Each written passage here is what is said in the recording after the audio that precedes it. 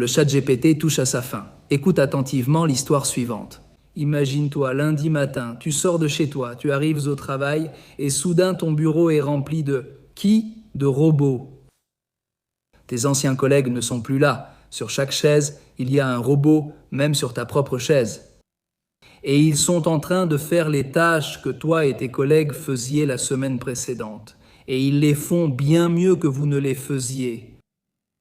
Tu regardes, stupéfait, cette histoire, stupéfait par cette situation, cette scène, et tu te poses une question que beaucoup se posent. Est-ce que les robots et l'intelligence artificielle vont vraiment me remplacer? Est-ce que mon travail, ma tâche sera remplacée? Est-ce qu'un robot va toucher mon salaire? C'est-à-dire, au sens figuré, mais en d'autres termes, au lieu que je touche mon salaire, vont-ils payer 2 $ par mois à un robot ou à un agent d'intelligence artificielle? Aujourd'hui, nous allons parler d'histoires impressionnantes, c'est-à-dire de concepts qui vont t'aider, si Dieu le veut, à surfer sur la vague et à transformer cette peur, qui est réelle, en une opportunité, si Dieu le veut. Cette vidéo est conçue aussi bien pour toi si tu es un travailleur, un employé, un manager, un étudiant, quel que soit ton domaine. Si tu écoutes cette vidéo jusqu'à la fin, je pense qu'elle va te donner énormément d'outils pour, comme je te l'ai dit tout à l'heure, surfer sur la vague. De ce qui se passe aujourd'hui et de ce qui arrivera à l'avenir et vraiment profiter de toute cette situation que nous avons à ton avantage et non contre toi. Écoute attentivement. D'abord, nous allons comprendre très brièvement. Nous allons parler de l'intelligence artificielle. Elle a essentiellement connu une évolution en très peu d'années.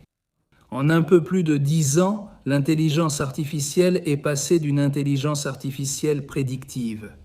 C'est ce que tu connais, simplement, avec YouTube ou Netflix, c'est-à-dire tu sais qu'il existe un système qui prédit essentiellement tes goûts? Ou par exemple Waze, il sait où tu vas aller grâce aux satellites, grâce à ce que les gens signalent par où ils voyagent. C'est-à-dire, il y a une prédiction du futur à travers des paramètres antérieurs. Par exemple, YouTube sait que tu regardes certaines vidéos, donc au moment où il connaît tes goûts, il te propose la vidéo suivante qui va sûrement correspondre à tes préférences. Par exemple, prends un cas commercial. C'est comme si tu entrais dans un magasin et qu'il y avait quelqu'un, un vendeur caché qui te suit avec une caméra et observe. Quel pull as-tu choisi? Quelle couleur as-tu prise? Qu'as-tu essayé? Qu'as-tu laissé de côté? Quel pantalon as-tu pris? Quelles chaussures? Quelle couleur as-tu choisi pour les chaussures? Quel type de chaussures? De chaussures de sport ou de ville? En gros, après environ 15 minutes à t'observer, il vient, s'approche et te propose quelque chose qui, à ta grande surprise, est exactement ce que tu voulais. Donc ici, il y a une intelligence artificielle prédictive, comme ce dont je t'ai parlé, des choses que tu connais dans ta vie quotidienne aujourd'hui. Maintenant, en 2022, est né le très célèbre ChatGPT. En gros, c'est tout ce qui ressemble à GPT, qui est une intelligence artificielle créative. C'est-à-dire, il crée des choses en fonction de ce que tu veux. Par exemple, tu demandes une image précise et il te la crée. C'est-à-dire, il y a 5 minutes, cette image n'existait pas. À partir de ta demande, de ce que tu as demandé, il t'a créé l'image, ou il t'a créé le résumé du livre que tu as demandé, ou il t'a donné des informations d'Internet sur telle ou telle chose. C'est ça, en gros, l'intelligence qui prédomine aujourd'hui, surtout avec la prédictive qui, comme on l'a dit, a précédé la créative. C'est essentiellement ce qu'on connaît le plus aujourd'hui. Mais ce qui arrive, et qui se passe déjà aujourd'hui, bien sûr, mais ce qui arrive, c'est l'intelligence artificielle future à plus grande échelle, qui est l'intelligence artificielle qui... Quoi? Qu'est-ce que tu dis? Dis-le-moi en commentaire. Tu t'imagines quoi? Comme la prédictive. Créative? Et qu'est-ce qui arrive? Dis-le-moi dans les commentaires. Qu'est-ce qui arrive? Je vais te le raconter maintenant, mais j'aimerais savoir, avant de te le dire, quelles sont tes peurs concernant l'intelligence artificielle. Écris-les-moi dans les commentaires. As-tu peur ou as-tu de l'espoir? Et quelle est la 3e intelligence artificielle qui est arrivée et qui arrive à grande échelle? C'est l'intelligence artificielle opérationnelle. Qu'est-ce que cela signifie? C'est ce sur quoi nous allons nous concentrer aujourd'hui, la partie la plus intéressante et la moins connue. Et d'un autre côté, c'est la plus opportune, c'est-à-dire celle qui peut t'offrir le plus d'opportunités au niveau professionnel, académique ou dans ce que tu veux si tu surfes sur la vague, comme je te l'ai dit précédemment. Qu'est-ce que l'intelligence artificielle opérationnelle ? L'intelligence artificielle opérationnelle, imagine-toi, ça se passe déjà aujourd'hui. Ce n'est pas quelque chose que j'invente, évidemment, c'est quelque chose qui se passe. Imagine-toi, ce n'est pas comme la prédictive qui dit ce qu'elle sait déjà sur toi, ni comme celle qui t'aide, comme ChatGPT, à qui tu poses des questions et qui crée des choses pour toi.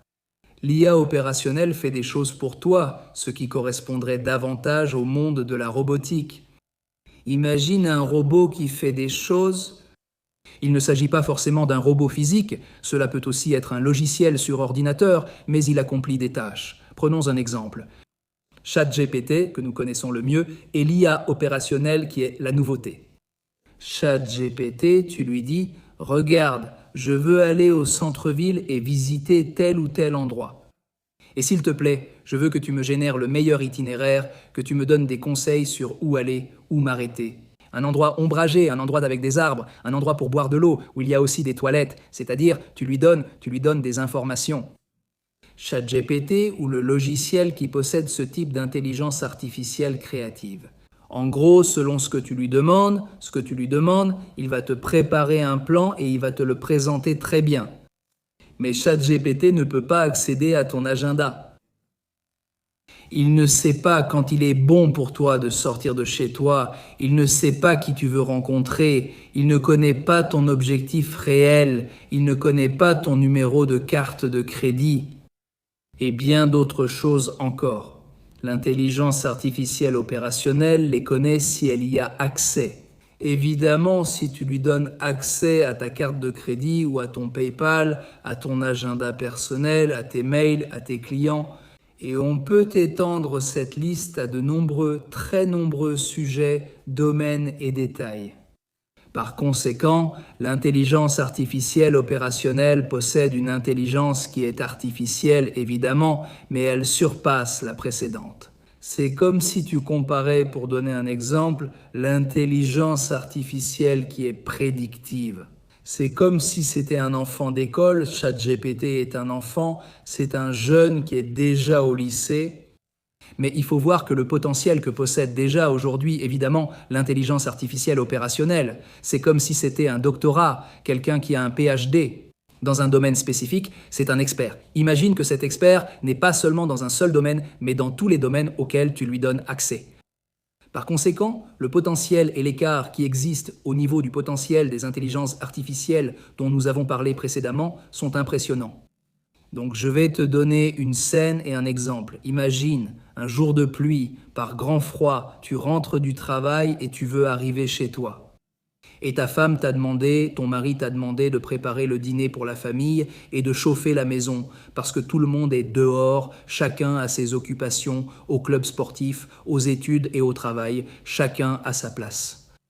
Et tu as la responsabilité que la maison soit chaude, que la nourriture soit chaude, et peut-être aussi qu'il y ait de l'eau chaude pour se doucher, et ainsi de suite pour beaucoup d'autres choses. Tu retrousses tes manches et tu parles à ton agent et tu lui dis « S'il te plaît, Greg, je veux que dans environ 20 minutes, tu mettes la nourriture à cuire.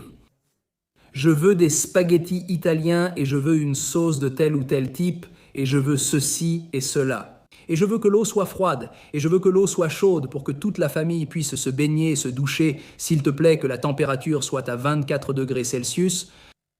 S'il te plaît, allume-moi aussi la cheminée électrique pour donner une ambiance plus chaleureuse à ma maison. » Et ainsi, tu continues avec plein de tâches opérationnelles que ton agent, en quelques minutes, peut-être plus, à l'avenir, en quelques secondes, va faire. Imagine de la nourriture prête, une maison chaude, chaleureuse, bien chauffée, et ton mari arrive, ta femme arrive, et tout est au-delà des attentes.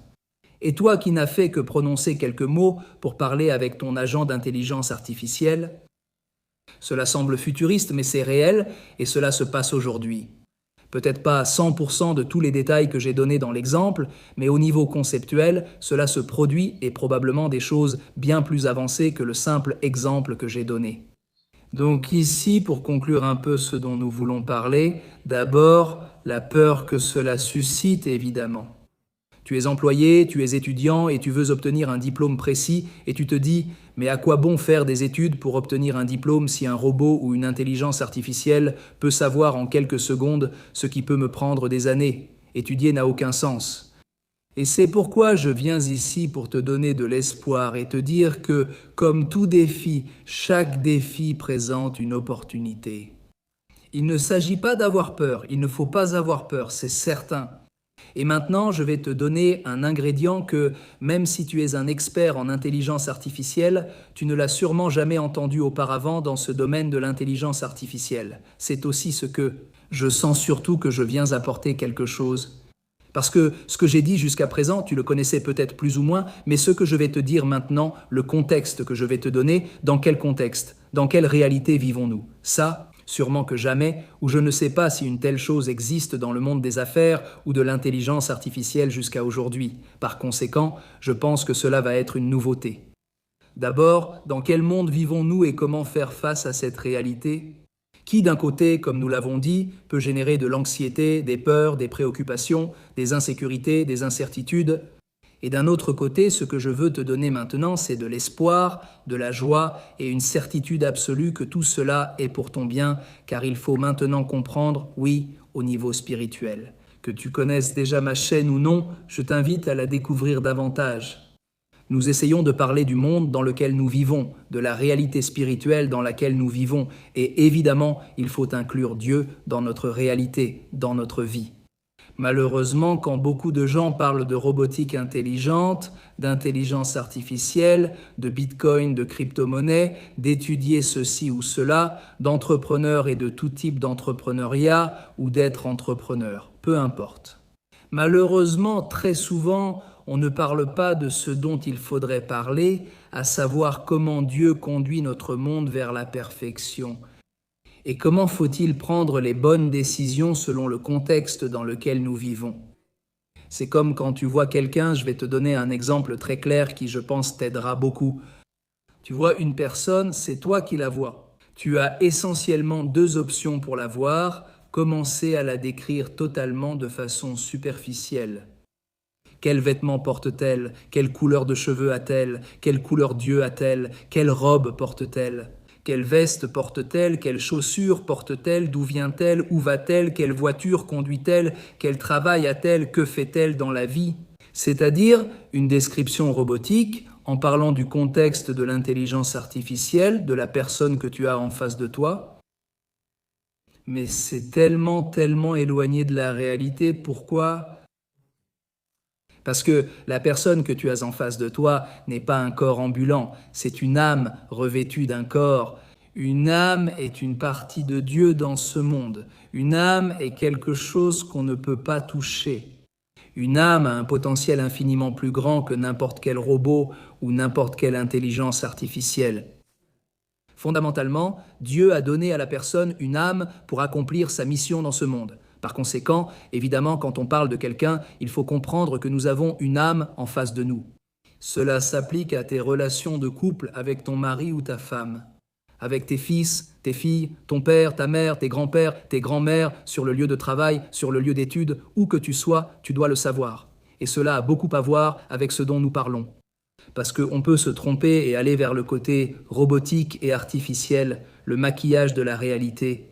Mais il faut comprendre que, comme je te le dis, tout comme tu as une personne en face de toi et que cette personne a une âme, tu dois donc te consacrer à cette personne de cette manière.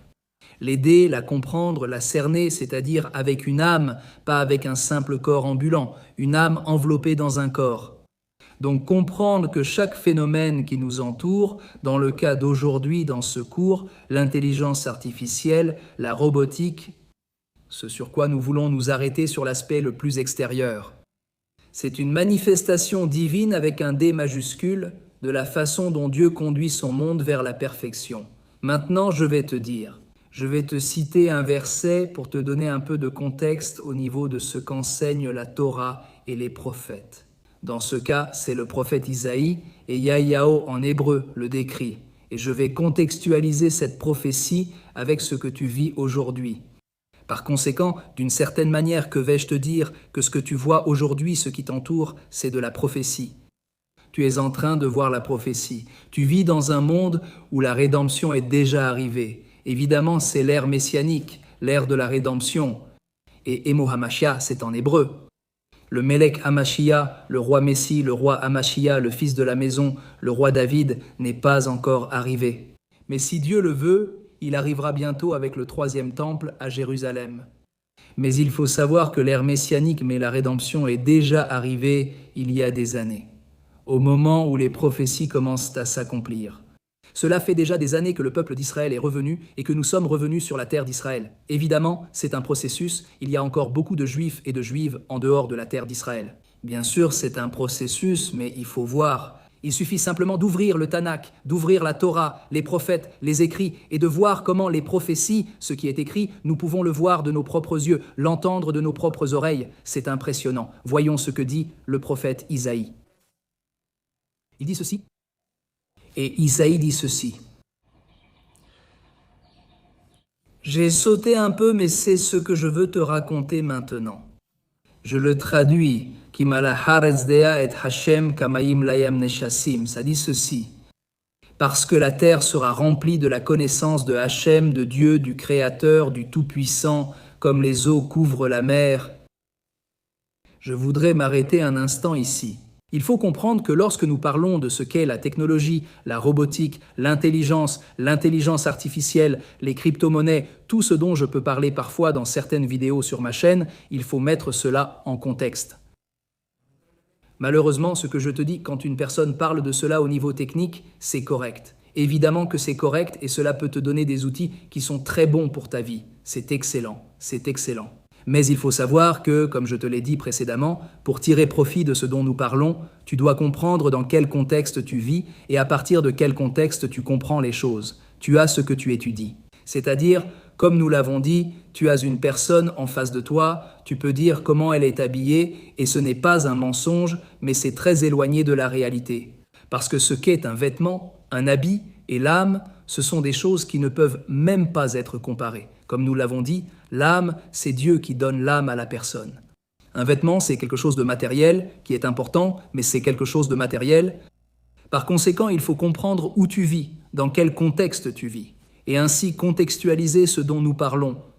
Par conséquent, je vais maintenant te donner un autre verset du prophète Amos qui dit ceci. Il dit ceci. Je le dis en hébreu, puis je traduis. Voici, des jours viennent, dit l'Éternel, une famine dans le pays, non pas une faim de pain, ni une soif d'eau. Qu'est-ce que cela signifie? Qu'est-ce que cela signifie? Voici, des jours viennent, dit Dieu le Créateur, où j'enverrai la famine sur la terre. Non pas une faim de pain, ni une soif d'eau, mais une faim et une soif d'entendre les paroles de Hachem, de Dieu le Créateur Tout-Puissant. Par conséquent, il faut voir ceci. Aujourd'hui, nous vivons dans un monde où l'abondance est impressionnante. En fait, Maïmonide, le grand Rambam Hakadosh, le saint Rambam Maïmonide, l'explique déjà. Qu'à l'ère messianique, les délices abonderont comme la poussière de la terre.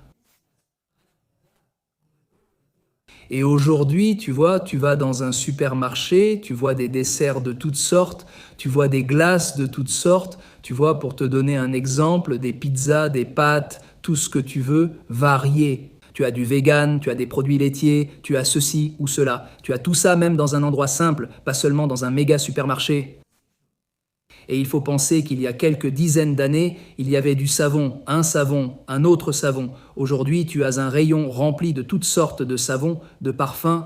Pour te donner un autre exemple, l'abondance remplie, comme le dit la prophétie, comme l'a dit Maïmonide, il y a environ 1000 ans, il y a de l'abondance et, comme on l'a dit, de l'intelligence artificielle. Et ils prédisent ce que tu veux, parce qu'ils connaissent tes goûts et ce que tu choisis à l'avance. C'est-à-dire, c'est déjà là. Et les gens, d'une certaine manière, s'en sont déjà lassés, un peu ou beaucoup.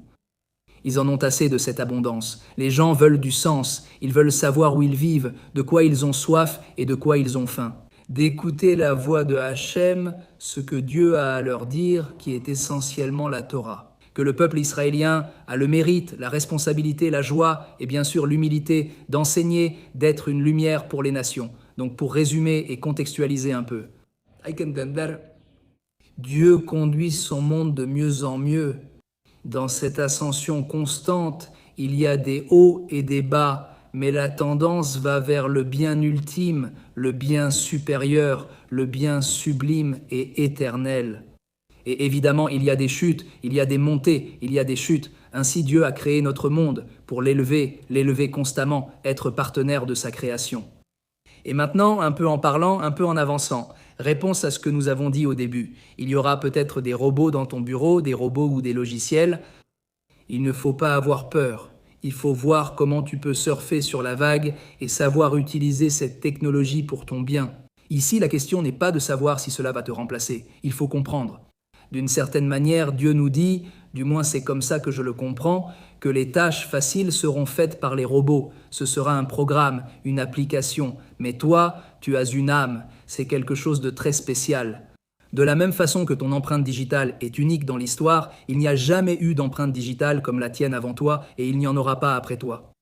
Tu es unique dans l'histoire. Ta mission, il n'y a que toi qui puisse l'accomplir.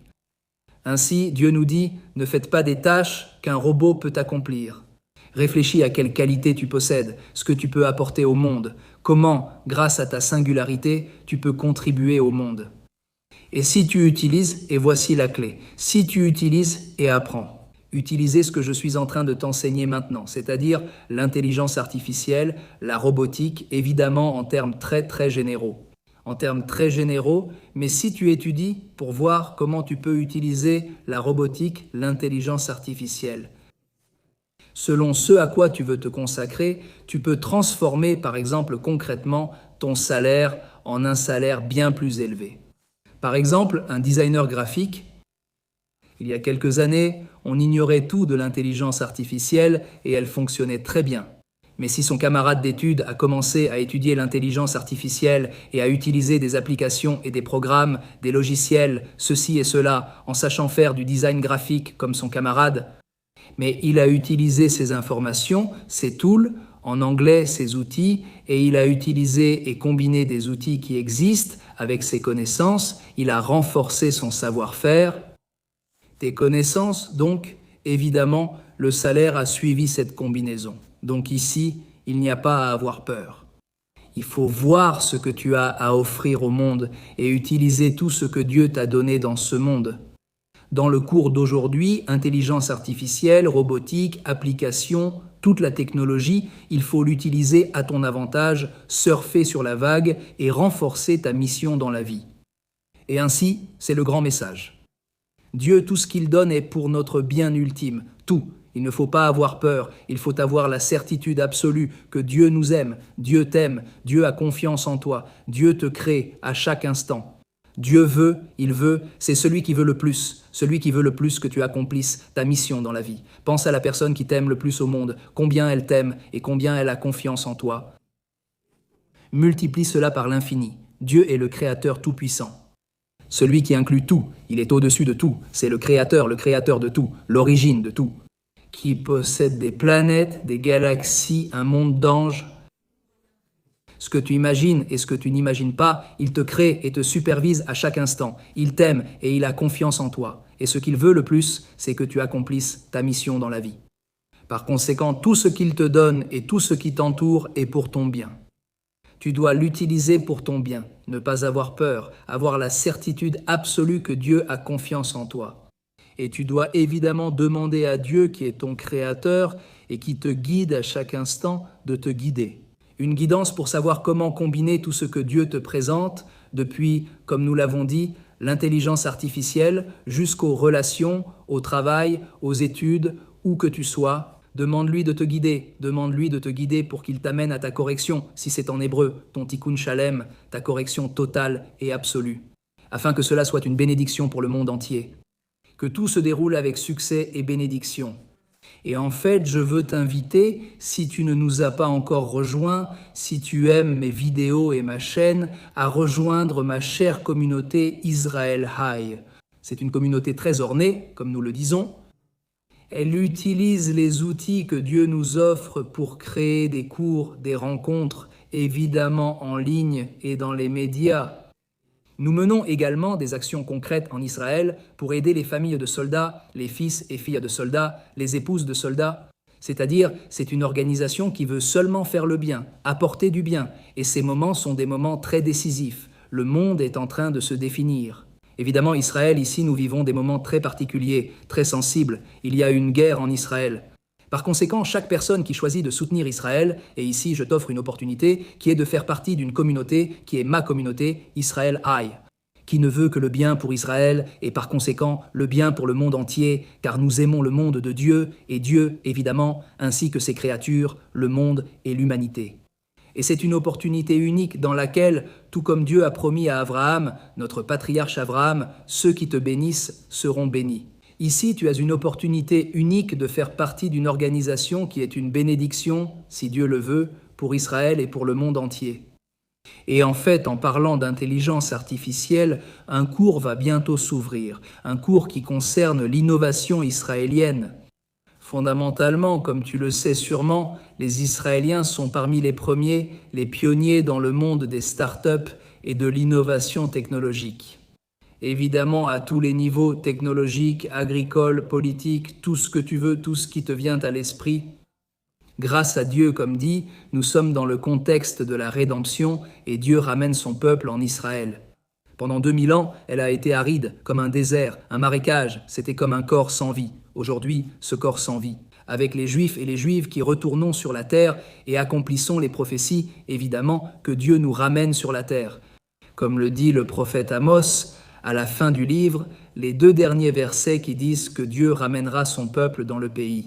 Israël et les arbres donneront leurs fruits, et nous buvons le vin de la terre. Israël, les vignes fleuriront. Israël reviendra sur sa terre, cela se passe aujourd'hui, nous en sommes tous témoins, même toi, des prophéties et de ce corps qui est resté sans vie pendant 2000 ans. Nous, Juifs et Juives, revenons et nous nous unissons, et cette terre, cette belle terre, Israël, est un magnifique jardin. Je t'invite à venir sur cette terre, Israël. Quel jardin, quelle beauté, c'est le jardin d'Éden sur cette terre. Impressionnant, combien de Torah, combien de bonté, à quel point tu veux faire le bien pour la terre d'Israël, pour le peuple d'Israël, pour toute l'humanité. Nous partons en délégation pour aider différents pays, que Dieu nous le permette. Il y a des phénomènes naturels, il y a des crises et tout cela. Des délégations israéliennes voyagent et aident, d'autres du monde entier viennent demander conseil à Israël. C'est la rédemption. Comme cela se passait à l'époque du roi Salomon, où vraiment les nations venaient demander conseil au roi Salomon, il y avait abondance matérielle et spirituelle et la paix régnait. Si Dieu le veut, que la paix et la victoire du bien sur le mal soient totales dans le monde. Et comme je te le disais, il y a bientôt un cours sur l'innovation israélienne liée à la Kabbale, des concepts de la Torah. Comment toi, au niveau personnel, peux-tu utiliser des concepts de l'innovation israélienne de la Torah, des concepts spirituels, les unir et t'apporter des richesses au niveau spirituel et, si Dieu le veut, aussi au niveau matériel.